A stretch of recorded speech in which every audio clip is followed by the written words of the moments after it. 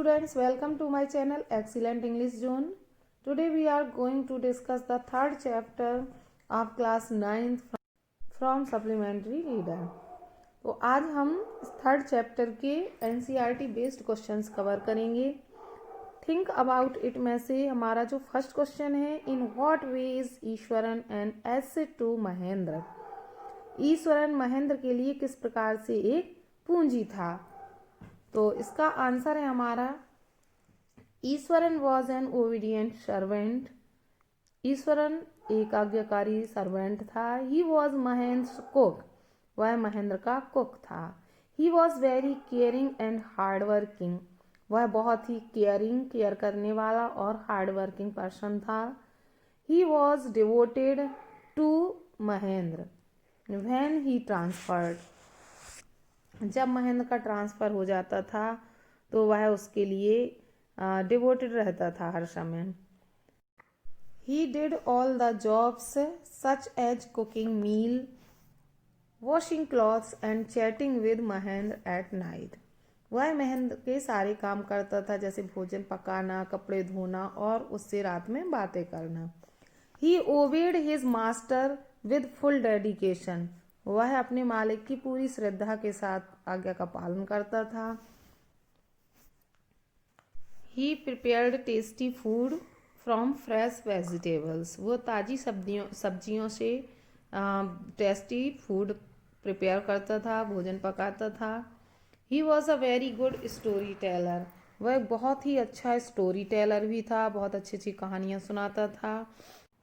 And entertained Mahendra so well that he never felt the need of a TV. और महेंद्र का इस तरह से इंटरटेनमेंट करता था कि महेंद्र को टीवी की कोई आवश्यकता महसूस नहीं होती थी. Eswaran had so many qualities, so he was very important to Mahendra. Eswaran में बहुत सारे गुण थे, इसलिए वह महेंद्र के लिए बहुत ही इम्पोर्टेंट था.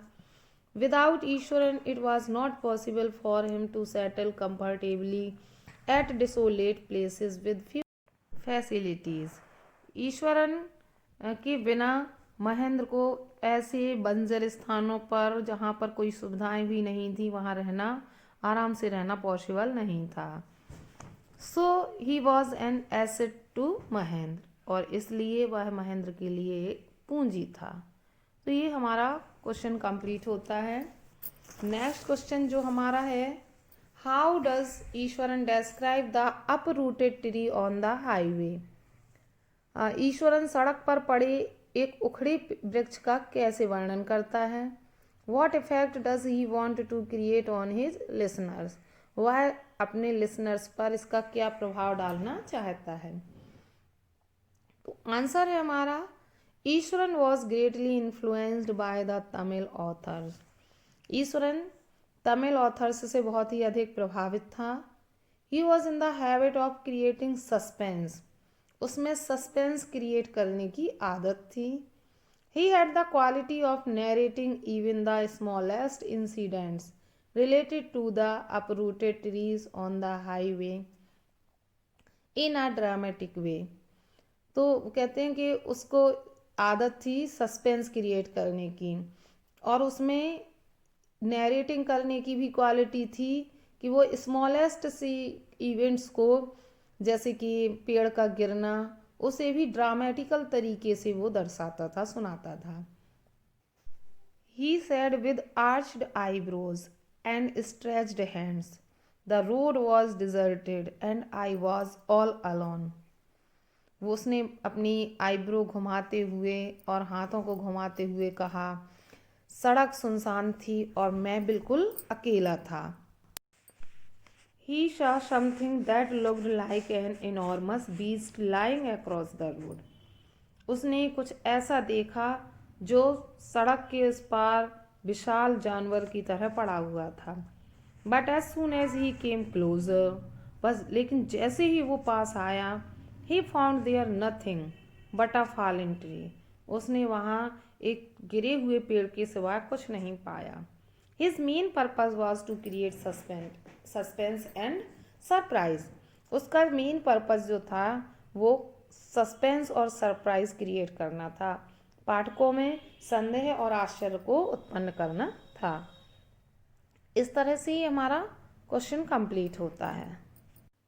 इसके बाद हमारा जो थर्ड क्वेश्चन है, how does he narrate the story of the tusker. हाथी की कहानी वह कैसे सुनाता है। Does it appear to be plausible, क्या यह संभव लगता है।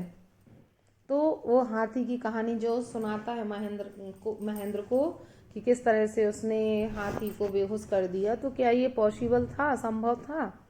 आंसर है हमारा, Iswaran narrated the story of the tusker exaggeratedly. तो ईश्वरन ने उस टस्कर की कहानी को एक्सग्रेटेडली सुनाया, बढ़ा चढ़ा कर सुनाया। The tusker having escaped from the timber yard. Tusker हाथी टिम्बर यार्ड से, लकड़ी के बाड़े से निकलकर भागा। स्टाम्प्ड ऑन बसेस, झाड़ियों को कुचलते हुए। टॉर ऑफ विल्ड क्रीपर्स, जंगल की लताओं को कुचलता हुआ भागा। And broke the branches of his will, और शाखाओं को तोड़ता हुआ भागा। The elephant became uncontrollable and entered the school ground. हाथी अनियंत्रित हो गया और स्कूल के ग्राउंड में एंटर कर गया। इट क्रिएटेड कॉज देयर, और इसने चारों तरफ अफरा तफरी मचा दी। Everyone in the school tried to escape, school में जो भी था हर किसी ने बचने का प्रयत्न किया।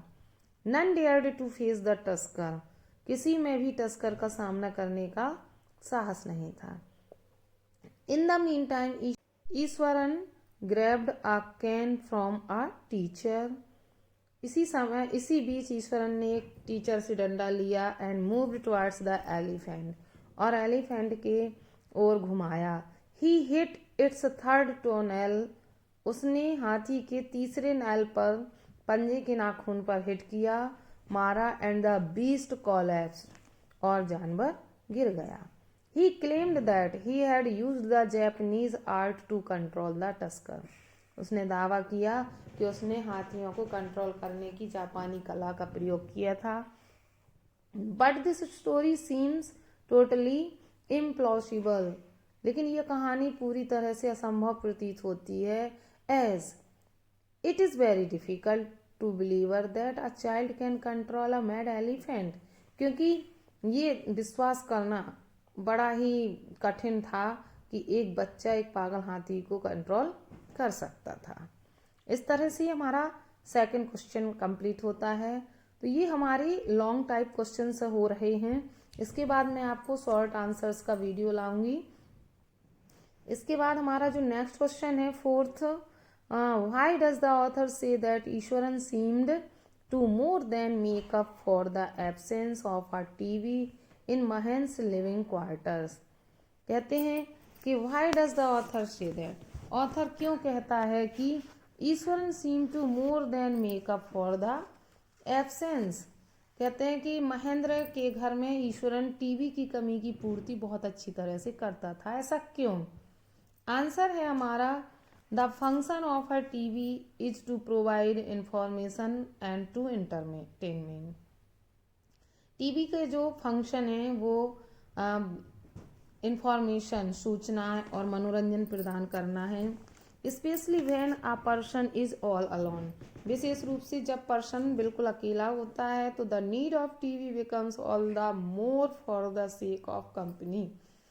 तो जो टीवी है वह सभी की कंपनी प्रदान करती है। Eswaran was an expert in telling adventurous and mysterious stories in a dramatical way. Eswaran dramatical तरीके से कहानियों को, रहस्यमयी कहानियों को सुनाने में एक्सपर्ट था। It was his daily routine to entertain Mahendra at night, ये उसका डेली रूटीन था कि वह महेंद्र का रात में एंटरटेन करता था कहानियाँ सुनाकर। Mahendra could listen to and watch the development of the story, Mahendra भी ध्यान से सुनता था और स्टोरी के डेवलपमेंट को देखता था। Thus Eswaran seemed to more than make up for the absence of a TV। इस प्रकार से ईश्वरन महेंद्र के लिए टीवी की कमी पूरी करने जैसा प्रतीत होता था। पैराग्राफ चेंज करके हम लिखेंगे, In fact, Mahendra had a living TV in Eswaran. वास्तव में महेंद्र ईश्वरन के लिए एक लिविंग टीवी था. That is why he never felt the need of TV. यही कारण है कि उसने कभी टीवी की कमी महसूस नहीं की. Ishwaran seemed to be more that make up the absence of TV in Mahendra house. और इसलिए महेंद्र के घर में ईश्वरन टीवी से भी अधिक ज़्यादा महत्वपूर्ण था. तो इस तरह से हमारा ये 4th क्वेश्चन भी कंप्लीट होता है. 5th क्वेश्चन हमारा है, महेंद्र कॉल्स घोस्ट्स और spirits are figments of imagination. What happens to him on a full moon light. Mahendra भूत व प्रेतात्माओं की काल्पनिक कहानियां बनाता था और फुल मून नाइट पूर्णिमा की रात को उसके साथ क्या होता है. आंसर है हमारा, आंसर में है महेंद्र कॉल्स घोस्ट्स और spirits are figment of imagination. Mahendra भूत प्रेत आत्माओं को काल्पनिक या मनगढ़ंत मानता है. Iswaran told him about seeing a real ghost of a woman with shrivelled skeleton face and matted hair. तो ईश्वरन ने उसे एक सुकड़े से ढांचे वाले चेहरे, कंकाल के समान और उलझे बालों वाली एक वास्तविक महिला भूत देखने के बारे में बताया. He told him that he was talking nonsense. उसने उससे कहा कि वह बकवास बात कर रहा है. There was no such things as ghost. भूत जैसी कोई वस्तु नहीं होती है. They were only imaginations. वो केवल कल्पनाएं हैं. But from that day fear crept unconsciously in his mind. लेकिन उस दिन से डर उसके मन में घुस गया. He could no longer enjoy watching the landscape on full moonlight. तब से वह फुल मूनलाइट के लैंडस्केप का देखने का आनंद नहीं ले पा रहा था. पैराग्राफ चेंज करके हम लिखेंगे, one full moon night he was walking up from his sleep. एक फुल मून नाइट की रात वह अपनी नींद से जाग गया. ही हर्ड अ लो मोन क्लोज टू हिज विंडो. उसने अपनी खिड़की के पास धीमी धीमी रोने की आवाज़ सुनी. He did not want to see what was there. वो नहीं देखना चाहता था कि वहाँ क्या है. But out of curiosity he looked out. लेकिन उत्सुकता बस उसने बाहर देखा. He got shocked to see the ghost of a woman a little away from his window. अपनी खिड़की से थोड़ी ही दूर वह उस महिला भूत को देखकर शॉक हो गया.